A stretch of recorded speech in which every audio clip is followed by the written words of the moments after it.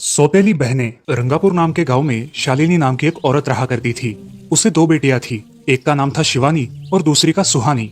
शिवानी जब छोटी थी तब उसकी माँ गुजर गई थी, जिसके कारण उसके पिता रघु ने दूसरी शादी कर ली। मगर उनका भी कुछ सालों में बीमारी की वजह से देहांत हो गया और इसी वजह से शिवानी के मन में उसकी माँ और बहन के प्रति प्रेम उत्पन्न नहीं हो पाया। शिवानी और सुहानी में हमेशा झगड़ा हुआ करता था।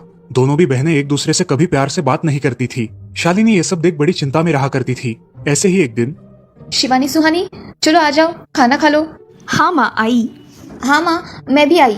ऐसा कहकर दोनों बेटियां वहां आ जाती है और देखती है तो उनकी माँ ने उन दोनों के लिए गाजर का हलवा बनाया था। वो देख सुहानी और शिवानी बहुत खुश हो जाती है। माँ, तुमने ये हलवा मेरे लिए बनाया है, मुझे बहुत पसंद है। मुझे पता है कि मेरी दोनों बेटियों को हलवा कितना पसंद है, इसीलिए तो मैंने तुम दोनों के लिए हलवा बनाया है। और मेरे लिए माँ? अरे हाँ बेटी, मैंने तुम्हारे लिए भी बनाया है।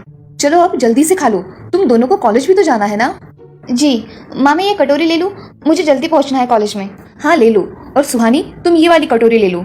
जी माँ। दोनों भी हलवा खाती है और एक दूसरे की ओर बहुत गुस्से से देखकर वहां से चली जाती है।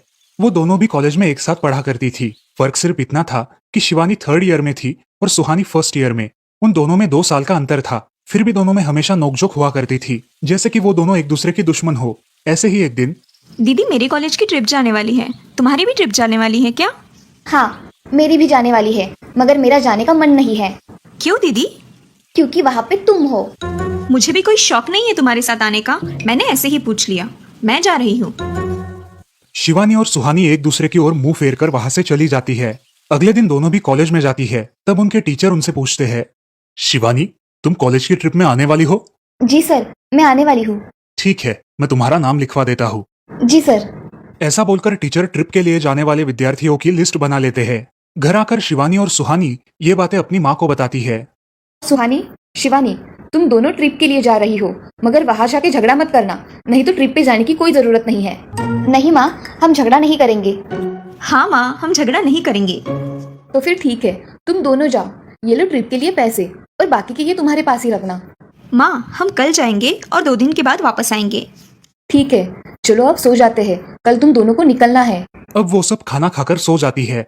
अगले ही दिन सुबह उठकर वो दोनों भी अपने अपने बस में बैठकर ट्रिप के लिए निकल जाती है और इधर शालिनी अपने काम में व्यस्त हो जाती है।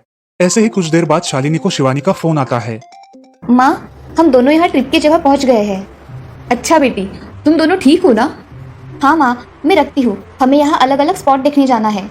ठीक है, और जब वक्त मिले तो फोन कर देना। हाँ माँ, अपना और सुहानी का ख्याल रखना। हाँ माँ। फोन रखने के बाद शिवानी और उसके क्लास के सारे दोस्त वहाँ की एक जगह देखने जाते हैं। सुहानी भी उसके क्लास के साथ एक दूसरी जगह देखने निकल जाती है। सारे बच्चे एक साथ घूमकर वापस आते हैं। शिवानी सुहानी को ढूंढती है, मगर सुहानी उसे कहीं दिखाई नहीं देती। इसीलिए शिवानी को बड़ी चिंता होने लगती है। अरे, ये सुहानी कहाँ रह गई? इसका तो कुछ भी पता नहीं, कहाँ ढूंढूं इसे? तभी शिवानी को सुहानी दिखाई देती है और उसके जान में जान आ जाती है। सुहानी, कहाँ गई थी तुम? मुझे कितनी चिंता लग गई थी तुम्हारी। अरे, मैं यहाँ ही थी मेरी सहेलियों के साथ, मुझे कुछ नहीं हुआ। ऐसा बोलकर सुहानी वहाँ से चली जाती है। दूसरे दिन सब लड़के लड़कियाँ जल्दी उठकर अपनी तैयारी कर लेते हैं और पहाड़ पर जाने के लिए निकलते हैं। वो सब आज थोड़ा घूमकर शाम तक निकलने वाले थे। सब विद्यार्थी एक हिल स्टेशन देखने चले जाते हैं। शाम होने तक उस पहाड़ी का मजा उठाते हैं, लेकिन सुहानी बिना किसी को बताए उस पहाड़ी के एक अनजान हिस्से में चली जाती है। वहाँ का मनमोहक दृश्य देखते देखते गलती से उसका पैर फिसल जाता है और वो वहाँ से नीचे गिर जाती है। शाम हो जाने के कारण सभी विद्यार्थी वहाँ से निकलने लगते हैं और यहाँ सुहानी एक पेड़ के सहारे उस पहाड़ी की चोटी पर लटकी रहती है। शिवानी सभी विद्यार्थियों में अपनी बहन को ढूंढती है, लेकिन वो उसे कहीं नहीं मिलती। सुहानी को ढूंढते ढूंढते शिवानी वापस उसी पहाड़ी के पास आती है और उसे आवाज लगाती है। सुहानी, सुहानी कहाँ हो तुम? दीदी, मैं यहाँ हूँ, बचाओ मुझे, मैं यहाँ हूँ। सुहानी की आवाज की ओर जाते ही उसे पता चलता है कि सुहानी पहाड़ी पर लटकी है। ये सब देखकर शिवानी बहुत घबरा जाती है। शिवानी अपनी पूरी ताकत लगाकर उसे ऊपर खींच लेती है। तुम यहाँ क्यों आई थी? अगर तुम्हें कुछ हो जाता तो मैं क्या करती? माँ को क्या जवाब देती? दीदी, मेरा पैर फिसलकर मैं वहाँ गिर गई। मैंने बहुत आवाज दी, मगर मेरी आवाज किसी ने नहीं सुनी। तुम ढूंढती हुई आई और मुझे बचा लिया। तुम दुनिया की बेस्ट दीदी हो। हाँ सुहानी, चलो अब घर जाने के लिए देर हो जाएगी, बस निकल जाएगी। सुहानी को ऊपर खींचते वक्त शिवानी के हाथ पर बहुत सारे जख्म हो गए थे, इसलिए सुहानी अपनी ओढ़नी फाड़कर उसके हाथ पे बांध देती है और अब वो दोनों बस के पास चले जाते हैं। क्या हुआ है शिवानी, हाथ से खून बह रहा है तुम्हारे? कुछ नहीं सर, मैं वहाँ पे गिर गई थी। अब मैं ठीक हूँ।